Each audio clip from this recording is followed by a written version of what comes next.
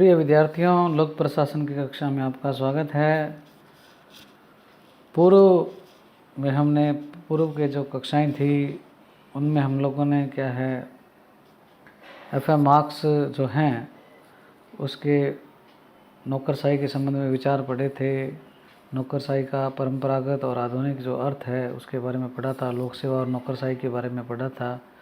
आज हम क्या है मैक्स वेबर जो हैं उनके विचार पढ़ेंगे। मैक्स वेबर का नौकरशाही में बहुत ही योगदान माना जाता है। ये समाजशास्त्री थे। तो मैक्स वेबर जर्मन समाजशास्त्री थे जिन्होंने नौकरशाही का सर्वप्रथम क्या है व्यवस्थित अध्ययन किया था। उन्होंने क्या है सत्ता के 3 शुद्ध रूप बताए हैं। पहला है परंपरागत सत्ता, जिसको हम ट्रेडिशनल अथॉरिटी कहते हैं। दूसरा गौरवपूर्ण या चमत्कारिक अथॉरिटी, और तीसरा है वैध तार्किक सत्ता।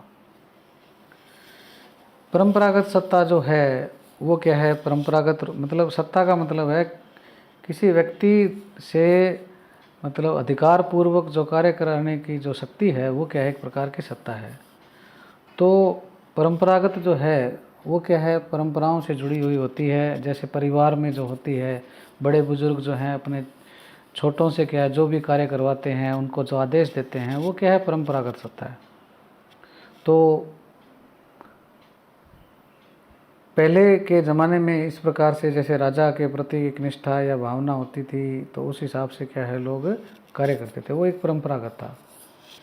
इसी प्रकार दूसरी जो सत्ता मानी है मैक्स वेबर ने, वो मानी है चमत्कारिक या गौरवपूर्ण। अर्थात कुछ व्यक्तियों का व्यक्तित्व ऐसा होता है जो चमत्कारिक होता है और लोग उनका क्या है कहना मानते हैं, उनके आदेशों को स्वीकार करते हैं और उनके अनुरूप हो क्या कार्य करते हैं। जैसे महात्मा गांधी का व्यक्तित्व है तो वो एक चमत्कारिक व्यक्तित्व है। तो वो उनके कहने पर हजारों लाखों लोगों की भीड़ इकट्ठी हो जाती थी और एक आंदोलन का रूप दिया जा सका, आज़ादी हमने पाई। या जो संत महात्मा जो होते हैं उनके कहने पर भी लोग बहुत कुछ करते हैं, तो वो भी क्या एक चमत्कारिक कैरिस्मेटिक व्यक्तित्व है। और जो तीसरी जो उन्होंने सत्ता का रूप जो बताया है वो बताया है वैध तार्किक, लीगल रैशनल। वर्तमान में लीगल रैशनल जो रूप है वही ज़्यादा प्रचलित है। उसमें क्या है जो कहना माना जाता है, आज्ञा का पालन जो किया जाता है, उसमें क्या है कानूनी आधार होता है। सभी प्रकार की सरकारों में या अभी जो वर्तमान में जो कुछ भी हो रहा है वो सब क्या है वैध तार्किक हो रहा है, कानूनी आधार होता है। और अगर उसका पालन नहीं करते तो कानून तोड़ने के एवज में जो सज़ा है उसकी वजह से क्या है लोग ऐसा नहीं करते और वो क्या है कानून का पालन करते हैं। और उसको क्या है मतलब इस प्रकार से भी बनाया हुआ होता है ताकि क्या है वो एक अमानवीय भी नहीं हो। उसको वैध ठहराया जाता है कानूनी आधार पर। और तार्किक इसलिए होता है कि वो क्या है मतलब एक निश्चित उद्देश्य के लिए बनाया हुआ होता है और उसको क्या है हम सही ठहरा सकते हैं। तो इस प्रकार से जो वैध तार्किक है वो अभी वर्तमान में प्रचलित है। और मैक्स वेबर की जो नौकरशाही की जो आदर्श अवधारणा है, जो आइडियल मॉडल दिया था नौकरशाही का मैक्स वेबर ने, आइडियल मॉडल जिसको आदर्श प्रतिमान कहते हैं, उसकी कुछ विशेषताएं वो हम आगे पढ़ेंगे। तो वो क्या है वैध तार्किक है। तो उनकी जो विशेषताएं हैं उनको हम देखते हैं। नौकरशाही का आदर्श प्रतिमान फेमस है, काफ़ी इम्पोर्टेंट भी है मैक्स वेबर का। ये है नौकरशाही के आदर्श प्रतिमान की विशेषताएं। पहली विशेषता क्या है, पद व पदाधिकारी का पृथक्करण। क्या मतलब है इस बात का कि कोई पोस्ट है, जैसे मान लीजिए अपने कॉलेज में प्रिंसिपल की पोस्ट है, तो प्रिंसिपल की पोस्ट है और उस पर जो व्यक्ति विराजमान है वो दोनों अलग अलग हैं। जो व्यक्ति उस पद पर बैठेगा वो उसको सारी शक्तियाँ मिलेगी, जैसे ही वो पद से हटेगा तो वो क्या एक सामान्य व्यक्ति हो जाएगा। तो पद और पदाधिकारी क्या हैं अलग अलग हैं, कहने का भाव ये है। दूसरा जो इसका मतलब विशेषता है वो क्या है योग्यता के आधार पर चयन होता है। कि अपने जैसे देखते हैं सभी जो कार्यालय हैं जो भी प्रशासनिक एजेंसियां हैं, जितने भी अधिकारी हैं या छोटे कर्मचारी हैं, जो भी हैं, उन सभी का क्या है, एक निश्चित प्रक्रिया बनाई गई है चयन की। आजकल तो मोस्टली क्या कंपटीशन के आधार पर ही होता है, तो एक न्यूनतम मानक जो है योग्यता का वो तय किया जाता है। वैसे भी क्या है, फॉर्म भरते वक्त भी क्या है, जो डिग्री से संबंधित है वो भी एक निश्चित योग्यता तय कर दी जाती है।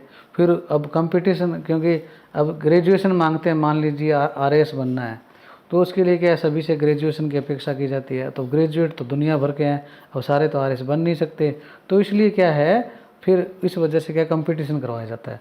जो श्रेष्ठ होता है वो क्या है, निकल जाता है। तो इस प्रकार से क्या है, इसमें योग्यता के आधार पर चयन किया जाता है। तीसरी जो इसकी विशेषता है वो है कि अधिकारियों को निश्चित पारिश्रमिक दिया जाता है। यहाँ आधिकारिक शब्द बार बार काम में आता है इसमें, ब्यूरोक्रेसी में। उसके लिए क्या ऑफिशियल शब्द है, कहने का भाव यही है कि जो कार्मिक हैं, नौकरशाही के जो आधार में जो कार्मिक होते हैं, उनको क्या है, निश्चित वेतन दिया जाता है। ये तो हम देखते हैं, सभी को क्या है, कर्मचारियों को सैलरी मिलती है। चौथी जो इसकी विशेषता है कि कार्यालय के कार्यों को करते समय अधिकारियों कर्मचारियों का अनुशासन के अधीन होना, डिसिप्लिन होता है, हर चीज़ का अनुशासन है, उसके तहत की क्या है, वो काम करते हैं। और यदि अनुशासन का मतलब यहाँ यह भी है कि जो नियम बनाए गए हैं, कायदे बनाए गए हैं, कानून बनाए गए हैं, उसके हिसाब से काम करना भी है। तो और यदि इसके विरुद्ध करता है तो उसको कहते हैं अनुशासनात्मक कार्रवाई, उसके खिलाफ करना। तो ये चीज़ भी इसमें है। पांचवी जो विशेषता है कि पदों की क्या है, पद सोपानात्मक व्यवस्था होती है। पद सोपानात्मक में आप लोग जैसे फर्स्ट ईयर में पढ़ चुके हो, जो फर्स्ट अपने पेपर था प्रशासनिक सिद्धांतों का, उसमें क्या है, पद सोपान के बारे में बताया गया था कि पद सोपान में क्या होता है कि जो कोई भी संगठन है, प्रशासनिक संगठन है, उसमें जो पोस्ट होती है वो निम्न से लेकर उच्च स्तर तक क्या है, चलती है। तो इससे उच्च और निम्न का जो एक मतलब सीढ़ी नुमा सोपान बन जाता है, इसको क्या कहते हैं, पद सोपानात्मक व्यवस्था कहते हैं। तो यह भी क्या है, नौकरशाही में वैतार्किक नौकरशाही की एक विशेषता है। छठी जो विशेषता मैक्स वेबर ने बताई है कि संगठन के उद्देश्यों की पूर्ति के लिए कार्यों का क्या है, विभाजन होता है।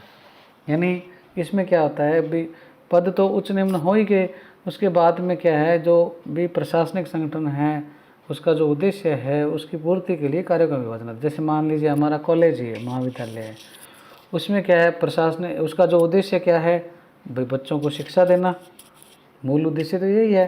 तो उसके लिए क्या है, विभिन्न प्रकार के सब्जेक्ट बना दिए जाते हैं और उनके लिए अलग अलग व्याख्याताओं की नियुक्ति कर दी जाती है। जो बच्चों के फॉर्म वगैरह भरने के लिए क्या है, लिपिक वर्ग है, छात्रवृत्ति का मामला जो है, और परीक्षाएं जो करवाना है, और साफ़ सफाई के लिए जो सहायक कर्मचारी नियुक्त कर दिए जाते हैं। इस प्रकार से क्या काम का सारा बंटवारा कर दिया जाता है।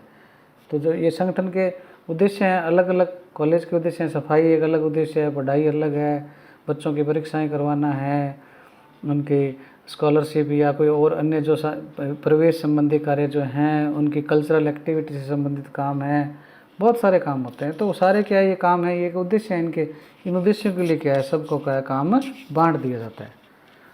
तो इस प्रकार से क्या है, संगठन के उद्देश्यों की पूर्ति के लिए क्या है, कार्यों का विभाजन किया जाता है। ये भी एक क्या है, इसकी विशेषता है या लक्षण है आदर्श प्रतिमान का। सातवीं जो विशेषता या लक्षण है वो है इन कार्यों के लिए अपेक्षित सत्ता का प्रगतिकरण। यानी आप किसी को काम सौंप रहे हो तो काम सौंपने के साथ उसको उस काम को करने की पावर भी देनी जरूरी है। तो इसको क्या कहते हैं, अपेक्षित सत्ता का प्रगतिकरण। यानी आपको कोई भी काम सौंप दिया तो उसमें अगर आपको पावर मिलती है तो वो क्या हो जाता है, उसको सत्ता का प्रगतिकरण कहते हैं। तो इसमें क्या होता है, जो भी जिसकी पोस्ट है, जो भी उसका जो लेवल है, उसके अनुरूप उसको क्या है, पावर दी जाती है। अगली जो लास्ट है वो है नियमों का कठोरता से पालन। ये तो बिल्कुल इसमें आप लोग देखते ही हो कि जो भी रूलिंग होती है, जैसे प्रवेश भी करना है तो उसमें जो भी प्रवेश नीति है उसके हिसाब से जो भी मानक हैं, जैसे फर्स्ट ईयर में एडमिशन लेना है तो उसको 12वीं पास होना ज़रूरी है, ठीक है। और 12वीं पास और उसके बीच में जो वर्षों का गैप है वो भी उसका सिस्टम बना हुआ है। तो ऐसे, और इसके अलावा कुछ बोनस के अंक वगैरह भी होते हैं। तो ये क्या, प्रवेश नीतियों में बहुत सारे बिंदु हैं। तो ये क्या सारे नियम हैं। इन नियमों का क्या है, प्रवेश के समय क्या है, कठोरता से क्या है पालन किया जाता है, ध्यान में रखा जाता है कि क्या है, जो भी काम हो नियमानुसार हो। तो ये सारी चीज़ें जो हैं मैक्स वेबर ने बताई थी।